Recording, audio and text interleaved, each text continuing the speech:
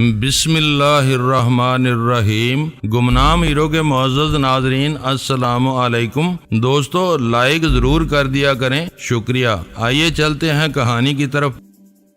وہ فوراً ہی سنجیدہ ہونے کی کوشش کرنے لگا۔ میں نے کہا وہ خال کے دو جہان، وہ مال کے کونوں مکان جو سب کی تقدیریں لکھتا ہے، وہ تمہاری تقدیر میں یہ لکھ چکا تھا کہ میں تمہارے دماغ میں پہنچوں۔ میں دہلی ایئرپورٹ پر ہی تمہیں تاڑ گیا تھا، تمہیں اپنا اعلیٰ کار بنانے کے متعلق فیصلہ کر چکا تھا، لہٰذا اب تم استنبول میں اترو گے اور وہاں قیام کرو گے۔ جناب میں لندن جا رہا ہوں، کیا استنبول میں ٹھہرنے کی اجازت ملے گی؟ اس کی فکر نہ کرو، وہاں سونیا آئے گی اور تمہیں اپنے ساتھ لے جائے گی۔ اس کا دل تیزی سے دھڑکنے لگا۔ اس نے پوچھا کیا مدام سونیا میرے پاس آئیں گی؟ ہاں، مگر ایک شرط ہے۔ میں آپ کی 1000 شرطیں ماننے کو تیار ہوں، بلکہ اپنی جان بھی دے سکتا ہوں۔ شرط یہ ہے کہ تم خود کو فرحاد علی تیمور سمجھو گے۔ وہ خوش ہو کر بولا کیا میرے سمجھنے سے ایسا ہو سکتا ہے؟ کہاں آپ جیسا دیوتا اور کہاں مجھ جیسا ناچیز انسان۔ تم آنکھیں بند کر کے سیٹ کی پشت سے ٹیک لگا کر نیم دراز ہو جاؤ، میں تمہیں ٹیلی پیتھی کی نیند سلاؤں گا، اس کے بعد تنویمی عمل کروں گا۔ جب تم تنویمی نیند سے بیدار ہوگے تو خود کو بے اختیار فرحاد علی تیمور سمجھو گے اور تمہاری شیخر کی شخصیت صرف کاغذات کے مطابق ہوگی۔ اس نے راضی خوشی میرے احکامات کی تعمیل کی، سیٹ کی پشت سے ٹیک لگا کر نیم دراز ہو گیا، آنکھیں بند کر لی۔ میں اسے ٹیلی پیتھی کی نیند سلانے لگا۔ میں اس تفصیل میں نہیں جاؤں گا کہ کس طرح میں نے اسے سلایا، کس طرح اس پر تنویمی عمل کیا اور اس کے دماغ میں یہ بات نقش کر دی کہ وہ فرحاد علی تیمور ہے، اور اس کا دماغ پرائی سوچ کی لہروں کو محسوس کرتے ہی سانس روک لیا کرے گا، کسی کو اپنے دماغ میں آنے کی اجازت نہیں دے گا۔ میں ٹیلی پیتھی اور تنویمی عمل کے ایسے ہتھ کنڈے بے شمار مخالفین پر آزما چکا ہوں اور دوستوں پر بھی آزماتا رہا ہوں۔ شیخر ہمارا اچھا ساتھی تھا، ہمارے کام آ رہا تھا، اس لیے میں نے دوستانہ انداز میں اسے ٹریپ کر لیا۔ تنویمی عمل کی کامیابی کے بعد میں نے اس کے دماغ کو ہدایت کی کہ وہ 1 گھنٹے بعد نیند سے بیدار ہو جائے گا۔ پھر میں نے سونیا کو مخاطب کیا، ہیلو سونیا، میں ایک ضروری کام سے آیا ہوں۔ میرے ساتھ ہندوستان میں جو کچھ ہو رہا تھا وہ میں سونیا کو بتانے لگا۔ پھر میں نے کہا میں انہیں یقین دلانا چاہتا ہوں کہ ہندوستان چھوڑ چکا ہوں اور استنبول پہنچ رہا ہوں۔ وہاں کے فوجی افسران انٹرپول سے رابطہ قائم کر رہے ہیں تاکہ میرے استنبول پہنچنے کی تصدیق ہو سکے۔ اس نے پوچھا اس مقصد کے لیے کیا کر رہے ہو؟ شیخر نام کا ایک ہندوستانی BOAC کے طیارے میں سفر کرتا ہوا لندن جا رہا تھا، میں نے اسے دوست بنا لیا ہے، وہ میرا رول ادا کرے گا۔ میں اس کے دماغ کو لاک کر چکا ہوں، دشمن ٹیلی پیتھی جاننے والے اس کے دماغ میں نہیں پہنچ سکیں گے۔ اب تم اسے فرحاد کی حیثیت سے استنبول میں ریسیو کرو گی۔ سونیا نے کہا اس کے پاس استنبول میں ٹھہرنے کا اجازت نامہ نہیں ہوگا، تم حاصل کر لو گی۔ اپنے تمام ذرائع استعمال کرو، لیکن شیخر کو بحیثیت فرحاد علی تیمور استنبول میں اترنا چاہیے اور اسے تمہارے ساتھ دیکھا جانا چاہیے۔ میں اپنے معاملات میں مصروف رہتی ہوں، تم ایک نئے معاملے میں الجھا رہے ہو، جاؤ میں اپنا کام کر لوں گی۔ میں جانتا تھا تمہارے لیے یہ کچھ مشکل نہ ہوگا، خدا حافظ۔ نے عین وقت پر خدا حافظ کہا، دروازے پر دستک ہو رہی تھی۔ میں نے دماغی طور پر حاضر ہو کر دیکھا تو خود کو مالا کے بیڈ روم میں پایا۔ کہیں سے ہلکی ہلکی موسیقی سنائی دے رہی تھی، ایسا میٹھا جل ترنگ تھا کہ سرور آ رہا تھا۔ اس پر دستک دینے والی نے اور تال کے مطابق دستک دے رہی تھی۔ میں نے اپنی جگہ سے اٹھ کر دروازہ کھولا تو اسے دیکھ کر حیران رہ گیا۔ یہ وہی مالا تھی جسے میں صبح سے دیکھتا آ رہا تھا، لیکن صبح اور ہوتی ہے، شام اور ہوتی ہے۔ صبح کا اجالا دھوپ کی دھمکی دیتا ہے، شام کا اجالا رات کی چاندنی کا پیغام پہنچاتا ہے۔ وہ دروازے کی چوکھٹ پر مجسم چاندنی کی طرح نظر آ رہی تھی، سفید لباس میں تھی اور لباس بے حد مختصر تھا، اور وہ لباس اپنی بے زبانی سے کہہ رہا تھا میں مجبور ہوں، اسے صاف چھپا نہیں سکتا اور یہ صاف چھپنا بھی نہیں چاہتی۔ میں دروازہ کھول کر پیچھے ہٹ گیا۔ وہ بڑی ہی شاعرانہ نزاکت سے چلتی ہوئی اندر آئی، ایک کیسٹ ریکارڈر میں کیسٹ رکھ کر اسے آن کیا۔ بھارتی کلاسیکی موسیقی کمرے کی محدود فضا میں ابھرنے لگی، اس کے ساتھ ہی اس نے رقص کے لیے اپنے پاؤں کو حرکت دی۔ آپ ہی آپ گھنگرو بجنے لگے۔ اکثر ہندوستانی عورتیں بچپن ہی سے گیت موسیقی اور رقص کی تعلیم حاصل کرتی ہیں۔ جوان ہوتے ہوتے ان میں گیتوں کا تاثر، موسیقی کا خمار، رقص کی لچک اور مسحور کن ادائیں جوان ہوتی جاتی ہیں، یوں دوسری جوان آنکھوں کو دیکھتے تسخیر کر لیتی ہیں۔ میں دیکھ رہا تھا اور ایک عجب ماحول میں پہنچ رہا تھا۔ کیا انداز تھا، کیا ادائیں تھی، کیا لوچ تھا، کیا نزاکت تھی۔ ایسا لگتا تھا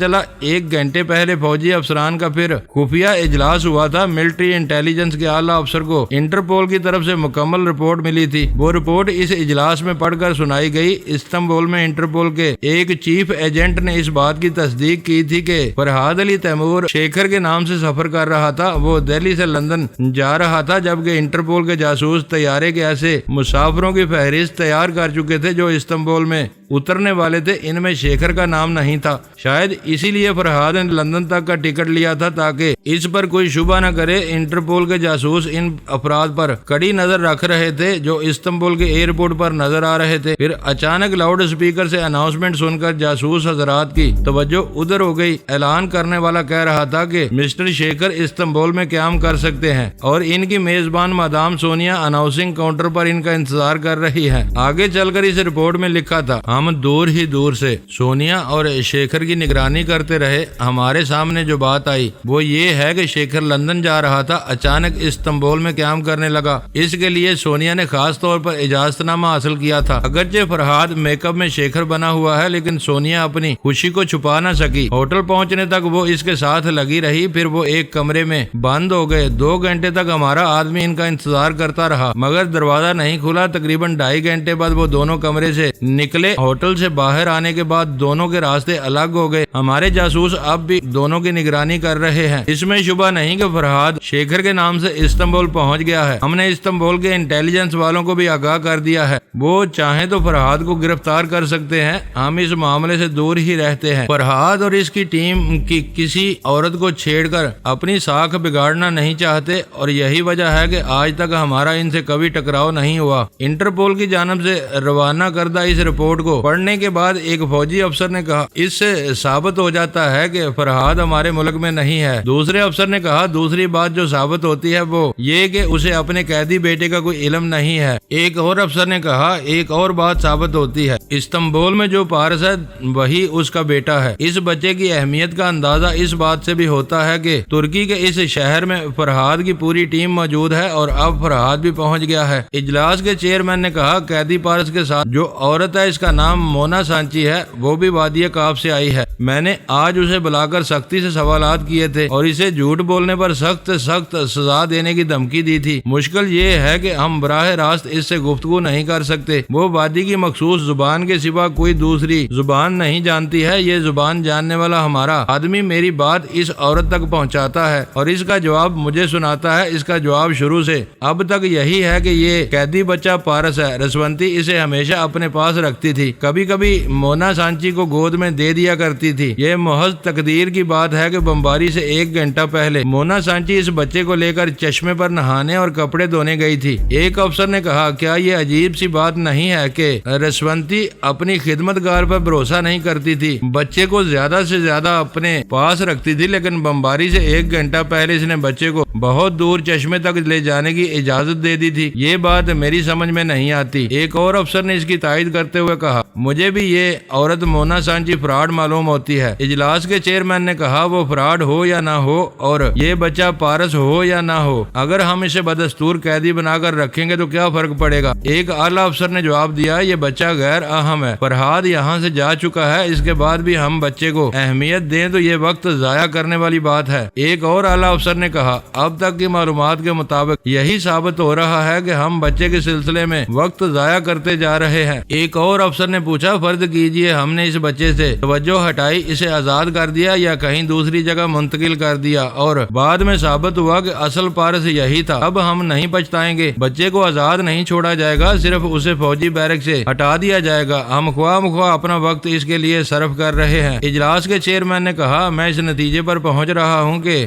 بچے کو یہاں سے منتقل کر کے کسی مکان میں رکھا جائے۔ اس مکان کے آس پاس ہماری سیکیورٹی فورس کے مسلح افراد موجود رہیں، ان کی ڈیوٹی بدلتی رہے اور وہ 24 گھنٹے اس بچے کی نگرانی کرتے رہیں گے۔ مسٹر چیئرمین، میں آپ کے اس فیصلے سے متفق ہوں۔ جب تک یہ بچہ فوجی بیرک میں رہے گا ہمارے لیے درد سر بنا رہے گا۔ کیا ہمیں یہ اندیشہ نہیں رہتا کہ اس کے ماں باپ اس کے دماغ میں پہنچے گے تو پھر ہمارے فوجی رازوں تک بھی پہنچتے جائیں گے؟ سب نے تائید میں سر ہلایا اور سب نے اس بات سے اتفاق کیا کہ بچے کا فوجی بیرک میں موجود رہنا نامناسب ہے۔ اگر یہ پارس ہے تو کسی وقت بھی ہمارے لیے زبردست خطرہ بن سکتا ہے، اور اگر پارس نہیں ہے تو ہم خواہ مخواہ اندیشوں میں گرے رہتے ہیں، لہٰذا اسے یہاں سے منتقل کر دیا جائے۔ میں راجیش کے خیالات پڑھ رہا تھا، اسی وقت رسونتی کی آواز سنائی دی۔ وہ راجیش کو مخاطب کرتے ہوئے کہہ رہی تھی، میں تمہارے خیالات پڑھ رہی ہوں اور مجھے پتا چل رہا ہے کہ میرے بیٹے کو کسی دوسری جگہ منتقل کیا جائے گا۔ ہاں، آج صبح 5 بجے یہاں ایک گاڑی آئے گی، پھر پارس اور مونا سانچی کو لے جائے گی۔ میں یہ نہیں جانتا کہ اسے کہاں لے جایا جائے گا۔ میں تمہارے ذریعے یہاں کے بیشتر افسران کے دماغوں تک پہنچ چکی ہوں۔ صبح 5 بجے سے پہلے پارس کے دماغ میں رہوں گی، شاید اس کے ذریعے نئے افسران تک پہنچ سکوں، پھر ان سے پتا چل جائے گا کہ انہوں نے اسے کہاں پہنچایا ہے۔ ٹیلی فون کی گھنٹی سے خیال خوانی کا سلسلہ ٹوٹ گیا۔ مالا ریسیور اٹھا کر سن رہی تھی۔ نیچے ڈرائنگ روم میں بیٹھا ہوا ملازم منگل پانڈے کی باتیں سن رہا تھا۔ وہ کہہ رہا تھا، بھائی 1 بج چکا ہے، وہ میرا دوست دھنراج کہاں ہے؟ اس سے بات کراؤ۔ میں نے فوراً ہی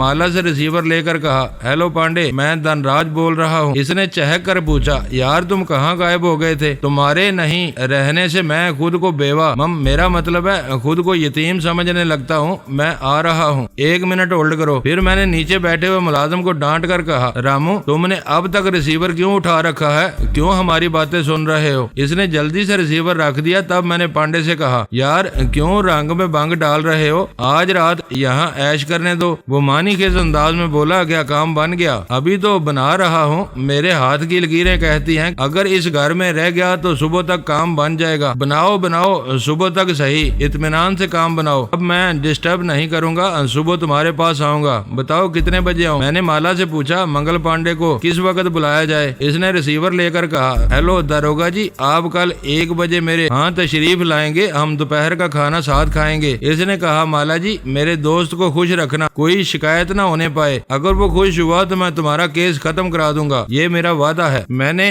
مالا کی زبان سے کہا، میں تو انہیں خوش کرنا چاہتی ہوں، مگر یہ ہمیشہ سوچ میں گم رہتے ہیں، ہمیشہ آپ ہی کا ذکر کرتے ہیں، کہتے ہیں میرا یار پانڈے ایسا ہے، میرا یار پانڈے ویسا ہے، وہ آگے جا کر اتنی ترقی کرے گا کہ ہاتھ اٹھا کر آسمان کو چھو لے گا۔ میں خیال خوانی کے ذریعے پانڈے کو دیکھ رہا تھا، وہ ریسیور کان سے لگائے منہ پھاڑے، آنکھیں پھاڑے خلا میں تک رہا تھا اور آسمان کی طرف یوں دیکھ رہا تھا جیسے ہاتھ اٹھا کر ابھی چھولے گا۔ میں نے ریسیور لے کر اسے مخاطب کیا۔ وہ چونک کر بولا، ارے کیوں اتنی حسین عورت کے پاس بیٹھ کر مجھے یاد کرتا ہے؟ بیچاری کا دل ٹوٹ رہا ہے، مجھے کل صبح یاد کر لینا، ابھی اسی کو یاد کرتا رہے۔ اب میں ریسیور رکھ رہا ہوں، کل 1 بجے آؤں گا۔ اس نے ریسیور رکھ دیا۔ مالا نے میرے ہاتھ سے ریسیور لے کر رکھتے ہوئے کہا، تم خیال خوانی نہیں کر رہے تھے؟ جیسے ہی فون آیا فوراً اٹینڈ کرنے لگے۔ فون کی گھنٹی نے مجھے چونکا دیا تھا، میں نے تم سے کہہ دیا تھا کہ مداخلت نہ کرنا، مگر فون کی گھنٹی کو کیسے سمجھاتا؟ اس وقت رات کے 2 بج رہے تھے۔ ٹھیک 3 گھنٹے بعد یعنی 5 بجے پارس فوجی بیرک سے منتقل کیا جانے والا تھا۔ اب 2-3 گھنٹے کے لیے سونا مناسب نہیں تھا، لہذا میں پارس اول اور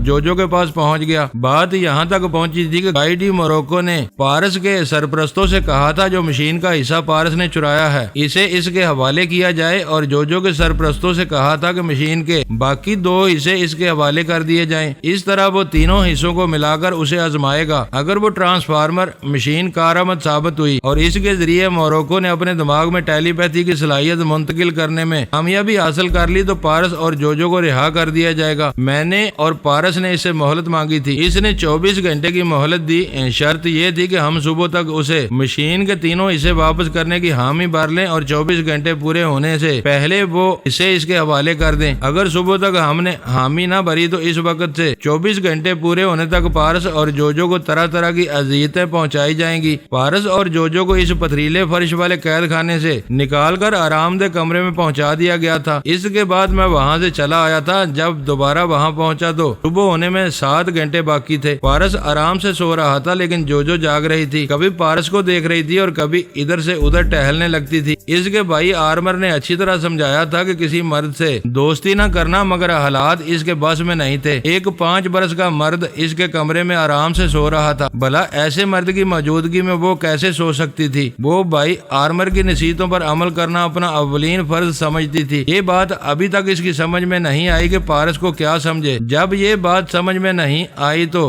اس نے خیال خوانے کی پرواز کی اور اپنے بھائی آرمر کے دماغ میں پہنچ گئی۔ میرے بھائی، میں تمہاری لاڈلی بہن جو بول رہی ہوں۔ آرمر نے خوش ہو کر کہا، میری بہن، مجھے معلوم ہوا ہے کہ تم کہیں قیدی بنا کر رکھی گئی ہو، کیا بہت پریشان ہو؟ جی ہاں، ایک بہت بڑا پرابلم ہے، مجھے فوراً بتاؤ، میں تمہارے مسائل حل کر سکتا ہوں۔ بھائی، تم نے نصیحت کی تھی کہ کسی سے دوستی نہ کرنا، مگر ایک بات میری سمجھ میں نہیں آتی، اگر 5 برس کا بچہ دوستی کرنا چاہے تو میرا جواب کیا ہونا چاہیے؟ وہ مسکرا کر بولا، ارے پگلی، بچہ آخر بچہ ہی ہوتا ہے، تم اس سے دوستی کر سکتی؟ وہ بات کرتے کرتے چونک گیا، پھر بولا، کیا کہا؟ 5 برس کا بچہ؟ کہیں وہ پارس تو نہیں ہے؟ کیا تم فرحاد کے بیٹے کی بات کر رہی ہو؟ جی ہاں، جب سے میں استنبول آئی ہوں وہ میرے ساتھ لگا ہوا ہے۔ جو یہ فرحاد کی سازش ہے، تم اس بچے سے دور رہو۔ یہی تو سمجھ میں نہیں آتا، کیسے دور رہوں جب سے وہ میرے پاس ہے، مجھے مصیبتوں سے بچا رہا ہے، میرے دشمنوں کو منہ توڑ جواب دے رہا ہے، ہم دونوں کو ساتھ اغوا کیا گیا ہے اور ایک ہی کمرے میں بند کر دیا گیا ہے،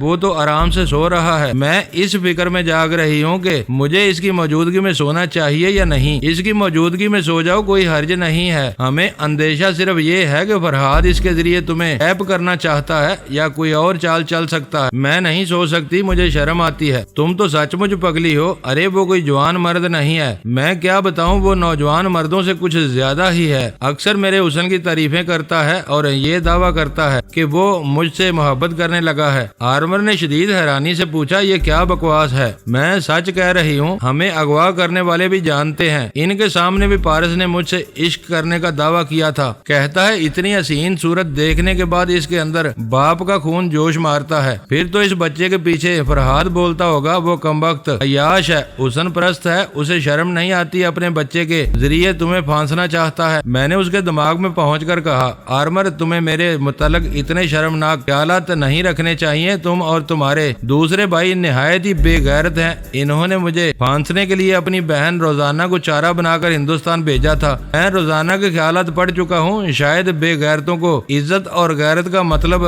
نہ معلوم ہو، وہ مقدس رشتوں کو بھی نہ سمجھتے ہوں، اس کے باوجود میں کھلے الفاظ میں کہتا ہوں کہ جو میری بیٹی جیسی ہے، آئندہ ایسے خیالات کا اظہار کرو گے تو تمہیں دماغی اذیتیں پہنچاؤں گا۔ اس نے پوچھا، تم نے اپنے بیٹے کو میری بہن کے پیچھے کیوں لگا دیا ہے؟ اس کے لیے بھی قسم کھا کر کہتا ہوں کہ میرا اپنے بیٹے سے کوئی دماغی رابطہ نہیں ہے، کسی نے اس کے دماغ کو مکفل کر دیا ہے، تم خود اس کے دماغ میں نہیں پہنچ سکتے، یہ ماننے والی بات نہیں ہے، وہ تمہارا بیٹا ہے اور کسی اور نے خیال خوانی کے ذریعے یا ترمیمی عمل کے ذریعے اس کے دماغ کو مکفل کیا ہو اور تمہیں پتہ نہ ہو تو کیا یہ قابل یقین بات ہو سکتی ہے؟ میں یقین دلانا نہیں چاہتا، اپنی بہن کو سمجھاؤ کہ وہ آرام سے سو جائے، پتہ نہیں اس کے بعد کیسے حالات پیش آئیں گے، لہٰذا اسے جسمانی اور دماغی طور پر چاقو چوبند رہنے کے لیے نیند پوری کرنا چاہیے۔ تم میرے بیٹے کی فکر چھوڑو، اپنی بہن کی فکر کرو، میں جا رہا ہوں۔ میں جو کے پاس آ گیا، وہ کہہ رہی تھی، بھائی مجھے ڈر لگ رہا ہے۔ کیوں ڈر رہی ہو؟ ابھی میں تمہارے دماغ میں تھی، وہاں فرحاد کی آواز سن رہی تھی، کیا وہ میرے دماغ میں بھی آئے گا؟ آرمر کے جواب دینے سے پہلے ہی میں نے ایک سوچ کے ذریعے اسے چونکنے پر مجبور کیا، پھر وہ میری مرضی کے مطابق بولی، ارے ہاں بھائی، آپ کے دماغ میں فرحاد مجھے بیٹی کہہ رہا تھا، کیا وہ بیٹی کہہ کر مجھے نقصان پہنچائے گا؟ آرمر الجھن میں پڑ گیا، تمام بھائی میرے خلاف جو کے دماغ میں زہر بھرنا چاہتے تھے، بھلا وہ کیسے اعتراف کرتا کہ بیٹی کہنے والا نقصان نہیں پہنچائے گا؟ اس نے جلدی سے بات بناتے ہوئے کہا، تم ابھی دنیا کو نہیں سمجھتی ہو، یہ دشمن زبان سے کچھ کہتے ہیں اور کرتے کچھ ہیں، اس کے بیٹی کہنے سے کچھ نہیں ہوتا، وہ بہت فریبی ہے، اس سے ہوشیار رہنا چاہیے، لیکن فکر نہ کرو، وہ تمہارے دماغ میں نہیں آئے گا، میں نے اسے منع کر دیا ہے۔ اس کا باپ بھی مجھے منع نہیں کر سکتا تھا، لیکن وہ جو کے بچکانہ ذہن کو اسی طرح سمجھایا کرتا تھا اور جو بھی اپنے بھائی پر اندھا اعتماد کرتی تھی، ہر بات مان لیتی تھی۔ اس نے یہ مان لیا کہ فرحاد دماغ میں نہیں آئے گا، تب آرمر اسے سمجھانے لگا، اب تم سو جاؤ، پارس سے تمہیں کوئی نقصان نہیں پہنچے گا۔ وہ بستر کی طرف دیکھتے ہوئے بولی، یہاں ایک ہی بستر ہے اور کمبل بھی ایک ہی ہے۔ آرمر نے کہا، جب وہ گہری نیند میں ہے تو اسے سونے دو، اس کا کمبل کھینچ کر اپنے اوپر ڈال لو۔ وہ بچپن سے بھائی کی بات ماننے کی عادی تھی، اس نے یہی کیا، بستر پر آ کر آہستہ آہستہ کمبل کو پارس کے اوپر سے کھینچنے لگی، پورا کمبل اپنی طرف کرنے کے بعد آہستگی سے لیٹ گئی، پھر اسے اپنے اوپر ڈال لیا۔ آرمر نے کہا، تم میری بہت اچھی بہن ہو، چلو آنکھیں بند کر کے اپنے دماغ کو ہدایت دو اور آرام سے سوتی جاؤ۔ وہ آنکھیں بند کر کے اپنے دماغ کو ہدایت دینے لگی۔ میں نے آرمر کے پاس پہنچ کر دیکھا وہ بہن کی طرف سے مطمئن ہو کر دماغی طور پر اپنی جگہ حاضر ہو گیا تھا۔ ادھر میں نے پھر جوجو کے پاس پہنچ کر اس کی آنکھیں کھول دی، اسے سر گھما کر پارس کی طرف دیکھنے پر مجبور کیا۔ اس نے دیکھا وہ اپنی جگہ سکڑا سمٹا پڑا ہوا تھا۔ سردی اچھی خاصی تھی۔ میں نے جوجو کے دماغ میں سوچ پیدا کی، بیچارہ کس طرح سردی میں ٹھٹر رہا ہے۔ بھائی نے اپنی معصوم بہن کو خود غرضی اور بے حسی کا درس دیا تھا۔ میں اس کی معصومیت کو برقرار رکھنا چاہتا تھا، اسی لیے اس کے اندر انسانی محبت کا جذبہ پیدا کر رہا تھا۔ جو معصوم ہوں جنہوں نے کبھی کسی کو نقصان نہ پہنچایا ہو، ان میں انسانی محبت کے جذبات پیدا کرنے میں زیادہ دشواری پیش نہیں آتی، وہ خود ہی فطرتاً انسان دوست ہوتے ہیں۔ جو اپنے اندر انسان دوستی کے جذبوں کو سمجھتی نہیں تھی، بس ذرا سمجھانے کی ضرورت تھی اور میں یہی کر رہا تھا۔ صرف 10 منٹ کے اندر ہی اس کا دل پگھلنے لگا۔ وہ پارس کو اس سردی میں ٹھٹرتے ہوئے نہیں دیکھ سکتی تھی۔ آہستہ آہستہ کھسکتی ہوئی اس کے قریب آئی، پھر کمبل کا آدھا حصہ آہستگی سے اس کے اوپر ڈال دیا، مگر اس سے ذرا دور رہی اور جلدی سے آنکھیں بند کر کے کہنے لگی، او گاڈ، میں اپنے دماغ کو ہدایت دے کر سو رہی ہوں، اس مرد کو مجھ سے دور رکھنا، اگر یہ مجھ کو ہاتھ لگائے تو فوراً میری آنکھ کھل جائے۔ وہ سہمی سی اپنے دماغ کو ہدایت دے رہی تھی، مگر نیند نہیں آ رہی تھی۔ آخر میں نے اس کے دماغ کو تھپک تھپک کر سلا دیا۔ ابھی صبح ہونے میں تقریباً 5 گھنٹے تھے۔ میں نہیں جانتا تھا کہ سونیا اور شیبا ان دونوں کو وہاں سے نکالنے کے لیے کیا کر رہی ہے۔ ضرور کچھ کر رہی ہوں گی، بلکہ کچھ زیادہ ہی کر رہی ہوں گی۔ ادھر شارپر بھی اپنے تمام ذرائع استعمال کر رہا تھا۔ میں نے ماسک مین کو مخاطب کیا۔ اس نے کہا، یہ میری خوش نصیبی ہے کہ آپ مجھ سے خود رابطہ قائم کر رہے ہیں، معلوم ہوتا ہے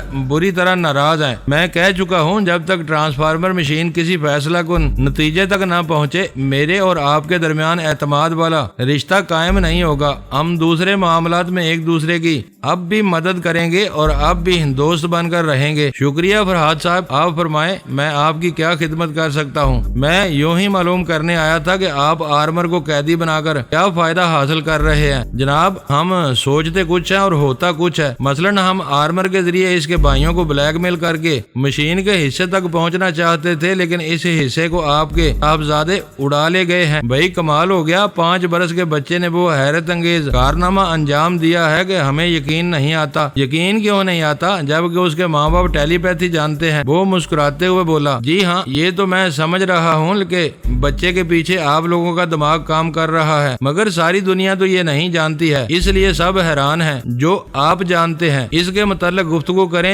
پارس کو موروکو کی قید سے نکالنے کے لیے آپ کیا کر رہے ہیں؟ وہ کسیانی انسی ہنستے ہوئے بولا، وہ آپ کا بیٹا ہے، یہ میرا پہلا فرض ہے کہ میں اسے دشمن کی قید سے نکالنے کی ہر ممکن کوشش کروں۔ ماسک مین، مجھے یہی دوگلی باتیں اچھی نہیں لگتی، صاف بات کرو۔ جبکہ جانتے ہو میں دماغ کی گہرائیوں میں پہنچ جاتا ہوں اور دل کی دھڑکنیں سن لیتا ہوں۔ تم صرف مشین کے اس پہلے حصے کے لیے پارس کو حاصل کرنا چاہتے ہو۔ میں تسلیم کرتا ہوں کہ تم نے پارس کو حاصل کر لیا تو اسے نقصان نہیں پہنچاؤ گے بلکہ میرے پاس پہنچا دو گے۔ ہمارا مقصد صرف اس مشین کے حصے کو حاصل کرنا ہے۔ وہ شرمندہ سا ہو کر بولا، آپ سے ہماری کوئی بات چھپ نہیں سکتی، پھر آپ کیوں ہماری زبان سے اگلواتے ہیں؟ آپ نے میرے متعلق اتنی اچھی رائے قائم کی، میں آپ کا شکریہ ادا کرتا ہوں اور یقین دلاتا ہوں پارس ہمارا بھی بیٹا ہے۔ جب بھی وہ میرے ہاتھ لگے میں اسے صحیح سلامت آپ کے پاس پہنچا دوں گا۔ میرے اس سوال کا جواب سوچ سمجھ کر دو، کیا تمہارے آدمی اس جگہ تک پہنچ چکے ہیں جہاں پارس اور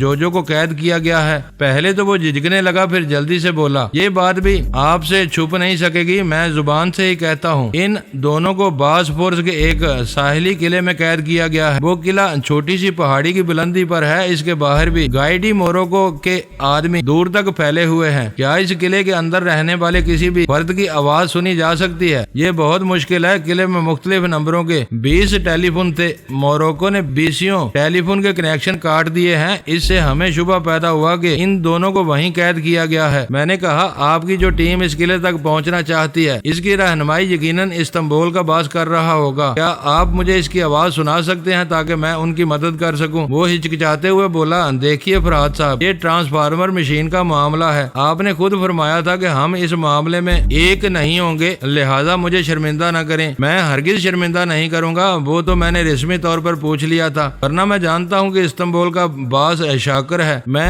ابھی اس کے پاس پہنچ رہا ہوں۔ ماسک مین ایک دم سے بوکھلا کر بولا، ارے آپ کیسے آدمی ہیں، آپ کچھ جانتے ہیں اور خواہ مخواہ میرا مطلب ہے کہ میں شاکر کی آواز سنا سکتا ہوں۔ میں نے ہنستے ہوئے کہا، جب میں کہہ رہا ہوں کہ خود پہنچ سکتا ہوں تو آپ آواز سنانے کی زحمت کیوں گوارا کریں گے؟ آپ آرام فرمائیں۔ میں شاکر کے دماغ میں پہنچ گیا، وہ اس قلعے سے تقریباً 2 میل کے فاصلے پر ایک چھوٹے سے بنگلے میں موجود تھا، اپنے ٹرانسمیٹر کے ذریعے اس اہم آدمی سے گفتگو کر رہا تھا جو قلعے والی پہاڑی تک پہنچ گیا تھا اور آہستہ آہستہ اوپر چڑھتے ہوئے موروکو کے آدمیوں کو بڑی خاموشی سے ٹھکانے لگانے کی کوشش کر رہا تھا۔ یہ رپورٹ وہ شخص دے رہا تھا جو ماسک مین کی ایک خاص ٹیم کے ساتھ قلعے تک پہنچنے کی کوشش میں مصروف تھا۔ میں اس خاص آدمی کے دماغ تک پہنچ گیا، اس کا نام کچھ اور ہوگا مگر اسے ڈینی کہہ کر مخاطب کیا جاتا تھا۔ ریڈ پاور کا باس ٹرانسمیٹر پر گفتگو کر رہا تھا، اسی وقت ایک دوسرے ٹرانسمیٹر سے اشارہ موصول ہوا، اس نے فوراً ڈینی سے رابطہ ختم کر کے دوسرے ٹرانسمیٹر سے رابطہ قائم کیا۔ ماسک مین کی آواز سنائی دے رہی تھی، ہیلو شاکر، کیا فرہاد سے کبھی تمہارا سامنا ہوا ہے یا کسی کے ذریعے اس نے تمہاری آواز سنی ہے؟ شاکر نے کہا، میں پورے یقین سے کہتا ہوں میری آواز اب تک فرہاد یا اس کے کسی ساتھی تک نہیں پہنچ سکی، لیکن وہ کہہ رہا تھا کہ تمہیں جانتا ہے اور تمہارے دماغ میں پہنچ سکتا ہے۔ میں اس بات پر صرف حیرانی ظاہر کر سکتا ہوں، ورنہ اب بھی یقین ہے کہ وہ میرے دماغ تک نہیں پہنچ سکے گا۔ میں انہیں چھوڑ کر ڈینی کے پاس پہنچ گیا، وہ بہت ہی محتاط اپنے آدمیوں سے ٹرانسمیٹر کے ذریعے رابطہ قائم کرتا تھا اور بڑی دھیمی آواز میں گائیڈ کرتا جاتا تھا۔ پتہ چلا اب تک اس کے آدمیوں نے 4 ایسے پہرے داروں کو مار ڈالا ہے جو اسی قلعے سے تعلق رکھتے تھے۔ میں ہارپر کے پاس پہنچ گیا، وہ اپنے کمرے میں جاگ رہا تھا اور اپنے بھائی شارپر کی باتیں یاد کر رہا تھا۔ شارپر نے تقریباً 2 گھنٹے پہلے اسے رابطہ قائم کر کے کہا تھا، تمہاری غلطی سے یا تمہاری بیماری کی وجہ سے فرہاد نکل گیا ہے، اب وہ ہندوستان بھی چھوڑ چکا ہے، استنبول پہنچ رہا ہے۔ میں جوجو کو اس قلعے سے نکالنے کی پوری کوشش کر رہا ہوں، اسرائیلی تنظیم سے بہت ہی ذہین سراغر سا وہاں تک پہنچ رہے ہیں۔ میں تمہیں 2 اہم افراد کی آوازیں سنا رہا ہوں تاکہ میں کسی اور معاملے میں الجھ جاؤں تو ان کے دماغوں میں موجود رہ سکو۔ پھر اس نے 2 افراد کی آواز سنائی تھی، ہارپر ان کے دماغ میں باری باری پہنچ رہا تھا، وہ دونوں اسرائیلی تنظیم سے تعلق رکھتے تھے۔ میں نے ہارپر کو مجبور کیا کہ وہ پھر ان سے دماغی رابطہ قائم کرے، اس طرح میں ان کے دماغوں میں پہنچ گیا۔ وہ بھی اس قلعے کی پہاڑی کے پاس تھے مگر ان کی پوزیشن دوسری تھی، وہ باسفورس کے ساحل کی طرف سے آ رہے تھے۔ ان کی ٹیم میں مزید 12 افراد تھے اور وہ بھی ٹرانسمیٹر کے ذریعے چپکے اپنے لوگوں کو ہدایت دیتے جا رہے تھے۔ یوں دیکھا جائے تو میں نے بڑی حد تک کامیابی حاصل کر لی تھی۔ ایک تو ماسک مین کے آدمیوں تک پہنچ گیا تھا، دوسرے اسرائیلی تنظیم کے اندر بھی سرنگ بنا لی تھی، تیسرے قلعے کے اندر پارس اور جوجو کے پاس موجود رہ سکتا تھا۔ میری معلومات کے مطابق ابھی 2 پارٹیاں ایسی تھیں جہاں تک میری رسائی ممکن نہیں تھی، ایک تو سونیا اور شیبا کی پارٹی، پتہ نہیں وہ کیا کھچڑی پکا رہی تھی۔ اس کے بعد سپر ماسٹر کی ٹیم بھی ضرور ہوگی جو اس قلعے تک پہنچنا چاہتی ہوگی، اور وہ نیا سپر ماسٹر اپنی کارکردگی دکھانے کے لیے جوجو اور پارس کو اپنی گرفت میں لے کر ایک بڑا کارنامہ انجام دینے کے لیے ہر ممکن کوشش کر رہا ہوگا اور اپنے تمام چھوٹے بڑے ذرائع استعمال کر رہا ہوگا۔ میں نے سونیا سے رابطہ قائم کیا، وہ ایک دم سے چونک کر بولی، فرہاد اب سے 10 منٹ کے بعد مجھ سے رابطہ قائم نہ کرنا، میں صبح کے بعد تم سے گفتگو کر سکتی ہوں۔ تم بڑی رازداری سے کام لے رہی ہو، لیکن دیکھ لینا تم سے پہلے میں پارس اور جوجو کو وہاں سے نکال کر دکھاؤں گا۔ تم کس لیے آئے ہو؟ صرف یہ پوچھنے آیا ہوں کہ مشن کا پہلا حصہ جو پارس نے حاصل کیا ہے کیا اس کی نقل مل سکتی ہے؟ میں اس کی ہو بہو نقل تمہارے حوالے کر سکتی ہوں، تم کیا چاہتے ہو؟ میں اپنی پلاننگ نہیں بتاؤں گا، جس وقت مجھے نقل کی ضرورت پڑے تم میرے مطلوبہ آدمی تک اسے پہنچا دینا، ٹھیک ہے؟ میں وعدہ کرتی ہوں اب مجھ سے رابطہ قائم نہ کرنا، میں اپنے لائن آف ایکشن پر ہوں۔ اس نے سانس روک لی، اس کا مطلب یہ تھا کہ وہ حرکت میں آ چکی ہے اور برکت تک پہنچنے والی ہے، یہ ہم دیکھتے آ رہے ہیں۔ جب بھی وہ عملی اقدامات کرتی ہے تو اس پر آپ رحمتیں اور برکتیں نازل ہوتی ہیں۔ مجھے ایک ذرا کمتری کا احساس ہوا، کیا وہ مجھ سے سبقت لے جائے گی؟ ہرگز نہیں، میں نے تیار کر لیا کہ اس سے پہلے پارس اور جوجو کو وہاں سے نکال لاؤں گا۔ اگر اس نے سبقت حاصل کر لی تو اس کی صرف ایک وجہ ہوگی اور وہ یہ کہ وہ جسمانی طور پر استنبول میں موجود تھی اور میں وہاں سے ہزاروں میل دور تھا۔ اس کے باوجود میں نے اپنے طور پر کوشش کی اور اس کے لیے موروکو کے دماغ پر دستک دی۔ اس نے مسکراتے ہوئے کہا، میں خوش آمدید کہتا ہوں، تم فرحاد ہو یا شارپر؟ میں فرحاد بول رہا ہوں۔ دوستو ویڈیو کو لائک ضرور کر دیا کریں۔ ISI پاک آرمی زندہ باد، پاکستان پائندہ باد۔ معزز ناظرین، اپنا خیال رکھیے گا اور اپنے اس چینل کا بھی شکریہ۔